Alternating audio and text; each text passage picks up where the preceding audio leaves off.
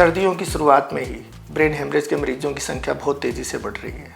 हर घर में जो बुजुर्ग व्यक्ति होते हैं, जो ब्लड प्रेशर, शुगर की दवाइयाँ ले रहे होते हैं, या जिनकी दवाइयाँ मिस हो जाती हैं, या जिनको अचानक से सर्दी लगती है, बेहोश हुए, तेज़ उल्टियाँ हुई, या किसी एक तरफ का अंग चलना कम हुआ, तो ये प्राइमरी लक्षण होते हैं हमारे ब्रेन हेमरेज के, स्ट्रोक के, जिसको हम कहते हैं लकवा हुआ या दिमाग का लकवा हुआ।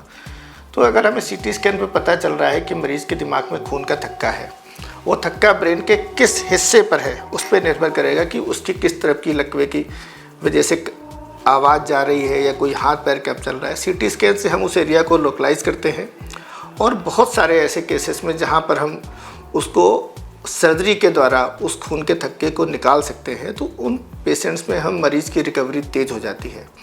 ऐसा बिल्कुल भी नहीं कह सकते हैं कि ब्रेन हेमरेज के ऑपरेशन नहीं होते हैं। अगर समय पे ब्रेन हेमरेज के ऑपरेशन हो तो बहुत से सारी मरीजों में रिकवरी तेज़ हो जाती है, हम उनकी जान बचा सकते हैं। सामान्यतया जो ब्रेन हेमरेज की सर्जरी होती है, अगर हमारा खून का थक्का दिमाग के ऊपर वाले हिस्से में है तो उसको आसानी से निकाला जा सकता है, लेकिन कुछ खून के थक्के जो दिमाग की गहराई में होते हैं, बीचों बीच होते हैं, जहाँ पर पहुँचने के लिए हमें नॉर्मल ब्रेन के थ्रू जाना पड़ता है, वैसे केसेस में हम एडवांस माइक्रोस्कोप और एंडोस्कोप की मदद लेते हैं। एक तरीके की सीध का इस्तेमाल करते हैं जो कि हमें दिमाग की गहराई तक पहुंचाती है।